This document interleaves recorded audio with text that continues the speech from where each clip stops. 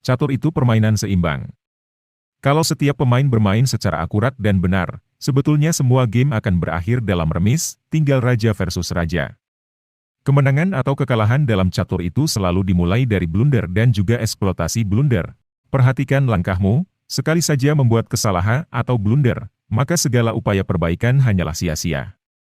Sama seperti dalam kehidupan kita sehari-hari. Terkadang hidup itu begitu harmoni, dan terkadang kekalahan kita itu karena pengambilan keputusan yang buruk. Sebelum lanjut, alangkah baiknya kalian bantu klik tombol subscribe di bawah dan bunyikan loncengnya agar kalian gak ketinggalan video-video pesan semenit lainnya. Bermain catur itu harus selalu ada aksi. Yang artinya Anda tidak boleh diam dan menunggu lawan bergerak duluan. Kalau giliran Anda bergerak, ya Anda wajib bergerak. Oleh karena itu, janganlah hanya menunggu bermodal keinginan dan harapan, karena tidak akan ada hal yang terjadi. Wujudkanlah keinginan atau harapan tersebut menjadi kenyataan lewat tindakan. Motivasi saja tidak cukup, Anda harus bertindak dan berkomitmen untuk berhasil. Sebuah ungkapan yang lain juga mengatakan demikian dan sungguh benar adanya, motivasi adalah yang membuat Anda mulai. Kebiasaan adalah yang membuat Anda terus melakukannya. Raja harus selalu terlindungi. Yang menarik, raja bisa dibilang bidak terlemah kedua, sesudah pion. Kenapa? Dia hanya bisa bergerak ke segala arah sepanjang satu kotak saja. Raja justru menjadi beban terberat suatu pertempuran, namun juga nyawa pertempuran. Dalam posisi skakmat, raja tetap tenang dan bisa terlindungi oleh bidak-bidak lainnya. Sikap raja yang tenang dan analitis dalam menghadapi masalah, begitu memendam pesan mendalam.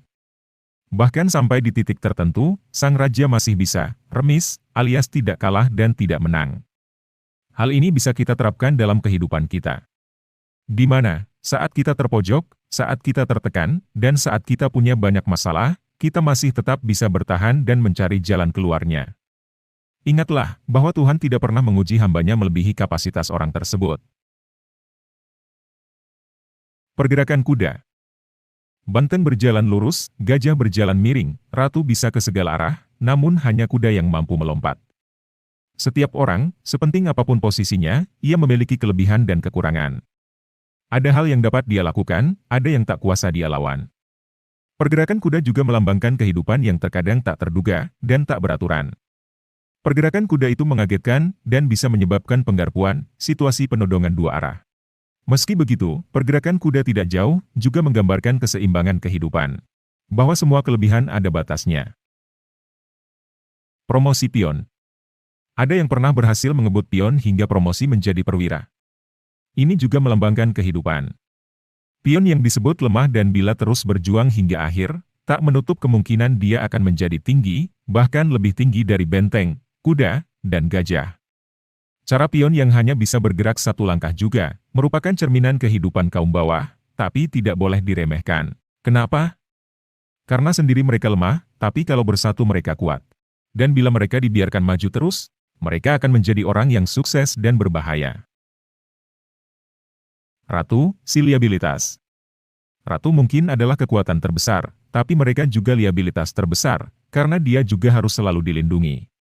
Hampir sama berharganya seperti raja. Mengapa begitu? Karena bila pemain catur kehilangan ratunya, biasanya mereka juga mengaku kalah.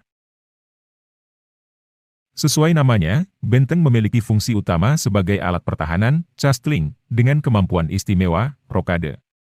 Seperti catur warna, varna, dalam kebijaksanaan Hindu, setiap bidak memiliki fungsi dan kualifikasi masing-masing.